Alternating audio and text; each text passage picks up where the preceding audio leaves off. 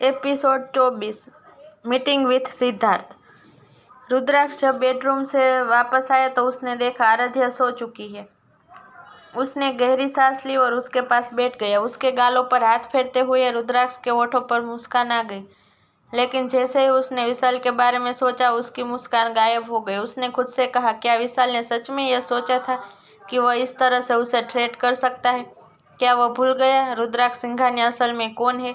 Bed से उतरकर रुद्राक्ष ने वार्डरोब अपने कपड़े पैक करने लगा। उसने डिसीजन ले लिया था कि वह कल ही आराध्या को लेकर सिंघानिया पैलेस जाएगा। अगली सुबह जब आराध्या जागी तो लगभग दोपहर हो चुकी थी। यह देखकर आराध्या ने अपना सिर खुजलाया। वह हमेशा सुबह जल्दी उठती थी, लेकिन यहाँ आने के बाद वह ज्यादातर सोती ही रहती थी। आराध्या जैसे ही बेड से नीचे उतरी, उसकी नज़र दो बड़े करीन से भरे सूटकेस पर पड़ी। उसने अपनी भौहें उठाई और सोचा, क्या हम कहीं जा रहे हैं? लेकिन इसका जवाब सिर्फ रुद्र ही दे सकते थे। वो रुद्राक्ष को ढूंढने लगी। आराध्या जब नीचे आई तो एक मेड ने उसे बताया कि रुद्राक्ष ऑफिस के लिए निकल गया है। यह सुनकर उसे थोड़ी निराशा हुई। फिर उसने मेड से पूछा, और ब्रेकफास्ट? मेड मुस्कुराई और बोली, सर आज ब्रेकफास्ट करके ही ऑफिस गए हैं। आराध्या मुस्कुराई और कहा, अच्छा ठीक है, मैं आज उसके लिए लंच बनाकर ऑफिस ले जाऊंगी। मेड थोड़ी झिझकी और बोली, मैडम आप आराम क्यों नहीं करती और हम आप दोनों के लिए लंच बनाते हैं। आराध्या ने अपना सिर हिलाया और कहा, कोई बात नहीं, मैं बना लूंगी। उसने मेड ने अपने सर नीचे किया और थोड़ा झिझकते हुए बोली, वह मैडम मैं वो सर ने हमें ऑर्डर दिया है कि हम आपको किचन के अंदर ना जाने दें। आराध्या ने अपनी भुएं सिकोड़ ली और कहा, मुझे रोकने वाले वह कौन है? यह घर मेरा भी है, मैं जो चाहूँ कर सकती हूँ। यह कहकर वह किचन के अंदर चली गई। किचन के अंदर मेड और बाकी सर्वेंट आराध्या को रोकना चाहते थे, लेकिन वह कुछ नहीं कर पाए। वे केवल चुपचाप भगवान से प्रार्थना कर रहे थे कि उनकी मैडम कहीं खुद को चोट न पहुंचाए। दूसरी ओर आराध्या बहुत एक्साइटेड थी। उसने अपने हाथों से रुद्राक्ष के लिए खाना बनाया, लेकिन अचानक आराध्या के हाथों पर थोड़ा सा गर्म तेल आकर गिर गया और उसके मुंह से आह निकल गई। राघव जल्दी से उसकी ओर बढ़ा और कहा, हे भगवान, यह कैसे हुआ? फिर वह मेड की तरफ मुड़कर बोला, तुम क्या देख रहे हो? जाओ और जल्दी फर्स्ट एड बॉक्स ले आओ। राघव को इतना डरा हुआ देखकर आराध्या मुस्कुराई और बोली, कोई बात नहीं, मैं ठीक हूँ। आराध्या के हाथ पर कुछ पानी की छींटे मारते हुए राघव ने कहा, नहीं मैडम, यह सब मेरी गलती है। मुझे आपको किचन के अंदर नहीं जाने देना चाहिए था। क्या होगा अगर सर? उसे बीच में काटते हुए आराध्या ने कहा, रिलैक्स, आप परेशान मत होइए, कुछ नहीं होगा, मैं ठीक हूँ। फिर उसने अपना हाथ खींचकर कहा, आप बस इन्हें पैक करने में मेरी मदद कीजिए, मैं चेंज करके आती हूँ। आराध्या ने कहा और वहां से चली गई। सिंघानिया इंडस्ट्रीज। आराध्या जब अंदर आई तो उसने देखा सब उसे अजीब नजरों से घूर रहे थे। उसने आज एक नॉर्मल हरे रंग की साड़ी पहनी हुई थी, जबकि उसके बाल एक ऊंची पोनीटेल में बंधे हुए थे। वो आज भी हमेशा की तरह बहुत खूबसूरत लग रही थी। सभी के नज़रों को नज़रअंदाज करते हुए आराध्या सीधे लिफ्ट के अंदर चली गई। टॉप फ्लोर पर सीईओ का ऑफिस। आराध्या जैसे ही लिफ्ट से बाहर निकली, सभी एम्प्लॉयज ने उठकर उसे ग्रीट किया। आराध्या ने अपना सिर हिलाया और उन्हें देखकर मुस्कुराई। रिसेप्शनिस्ट की तरफ देखते हुए आराध्या ने पूछा, क्या रुद्राक्ष अपने ऑफिस में है? रिसेप्शनिस्ट ने आराध्या की तरफ देखकर कहा, मैडम सर अभी मीटिंग रूम में है, मैं अभी जाकर उन्हें बताती हूँ कि आप यहाँ आए हैं। आराध्या ने नामे अपना सिर हिलाया और कहा, कोई बात नहीं, मैं उनका इंतजार कर लूँगी, आप उन्हें परेशान मत करना। रिसेप्शनिस्ट ने मुस्कुराते हुए कहा, ठीक है मैडम, आप मेरे साथ अंदर चलिए। केबिन के अंदर आराध्या ने लंच बॉक्स को टेबल पर रखा और सोफे पर बैठ गई। वह बैठ बैठ के बोर हो रही थी, इसलिए वह रुद्राक्ष के टेबल की तरफ चली गई और उसके चेयर पर बैठ गई। तभी उसकी नज़र उस बॉक्स पर पड़ी। पिछली बार जब उसने वो खोला था तो उसके अंदर कुछ फोटोज थी, लेकिन वह ठीक से देख नहीं पाई थी, इसलिए उसने फिर से वो फोटो निकाली और देखने लगी। कुछ सेकंड के लिए उसे ध्यान से देखने के बाद उसने देखा रुद्राक्ष एक कोने में बाकी सब लोगों के साथ खड़ा है। यह देखकर वह मुस्कुराई, लेकिन रुद्राक्ष के पास खड़े लड़के को देखकर आराध्या को लगा जैसे वह उसे जानती है। वह उस लड़के को पहचानने की कोशिश ही कर रही थी कि अचानक दरवाज़ा खुल गया। यार, यह नहीं है।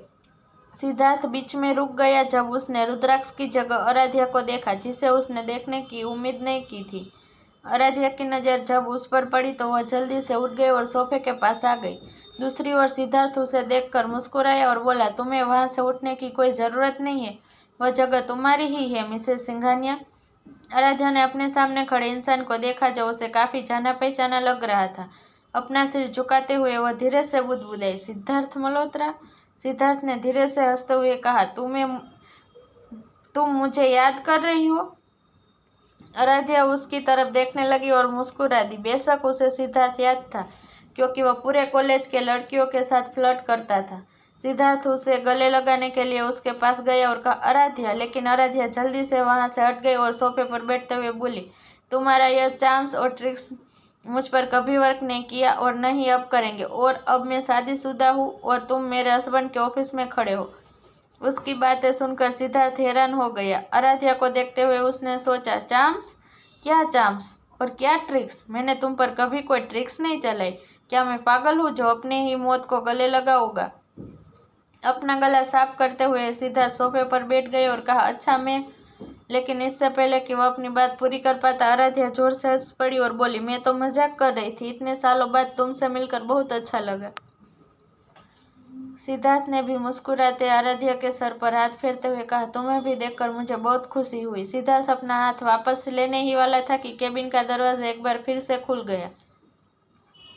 खुले दरवाजे के सामने एक आदमी खड़ा था, जिसके पूरी बॉडी से ठंडक निकल रही थी। रुद्राक्ष के कोल्ड एक्सप्रेशन देखकर सिद्धार्थ ने और जल्दी से अपना हाथ वापस ले लिया। जब रुद्राक्ष को पता चला कि आराध्या यहाँ पर है तो वह जल्दी से मीटिंग खत्म करके यहाँ पर आ गया। लेकिन वह तो ऐसे ही अंदर आया, उसने देखा सिद्धार्थ आराध्या का सर थपथपा रहा है जैसे वह करता। अगर सिद्धार्थ की जगह कोई और होता तो वह अब तक उसका हाथ तोड़ देता। रुद्राक्ष जल्दी से आराध्या के पास आया और बोला, क्या तुम्हें बहुत ज्यादा वेट करना पड़ा? आराध्या रुद्राक्ष को देखकर मुस्कुराई और कहा, नहीं, मैं बस थोड़ी देर पहले ही आई हूँ। रुद्राक्ष सिद्धार्थ की ओर मुड़ा और कोल्ड एक्सप्रेशन के साथ पूछा, तुम यहाँ पर क्या कर रहे हो? सिद्धार्थ ने अपनी भुएं सिकोड़ ली और कहा, मैं यहाँ क्या कर रहा हूँ? इसका क्या मतलब है? क्या मुझे अपने दोस्त से मिलने के लिए किसी वजह की जरूरत है? क्या मैं यहाँ बिना किसी रीजन के नहीं आ सकता? नहीं, रुद्राक्ष ने कहा।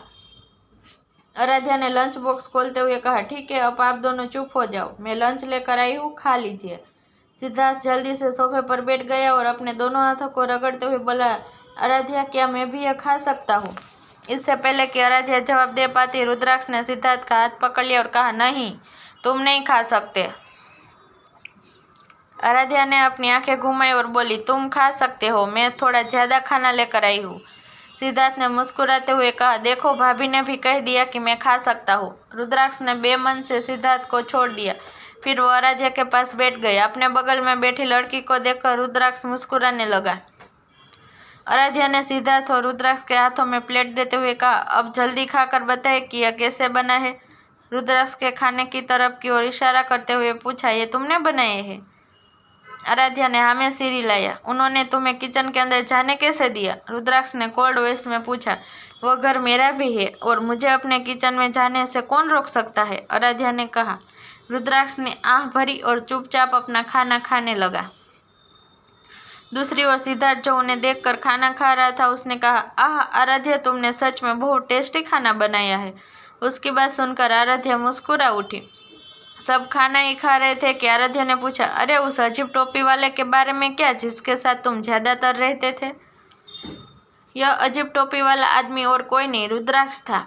उसे हमेशा लो प्रोफाइल रहना पसंद था, इसलिए वह हमेशा सबसे अलग रहता था। आराध्या की बात सुनकर रुद्राक्ष का खाना लगभग उसके गले में ही अटक गया था। आराध्या ने जल्दी से उसे पानी का ग्लास दिया और कहा, बी केयरफुल।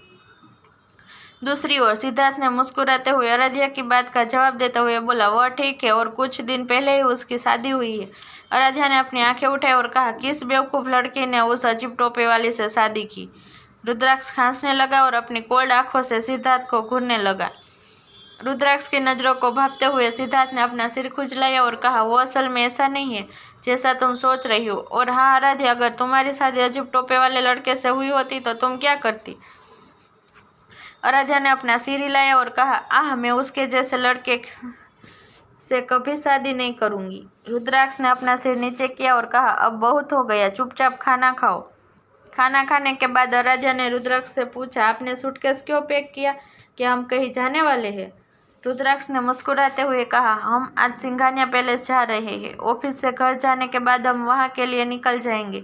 आराध्या ने अपना सिर हिलाया और वहां से चली गई। जैसे ही आराध्या केबिन से बाहर आई, सिद्धार्थ ने अपना गला साफ किया और कहा, मैं तुमसे कुछ बात करना चाहता था। अपने दोस्त की बात बीच में काटते हुए रुद्राक्ष ने कहा, फिर कभी मेरी पत्नी को टच मत करना और ना ही उसका सर थपथपाना।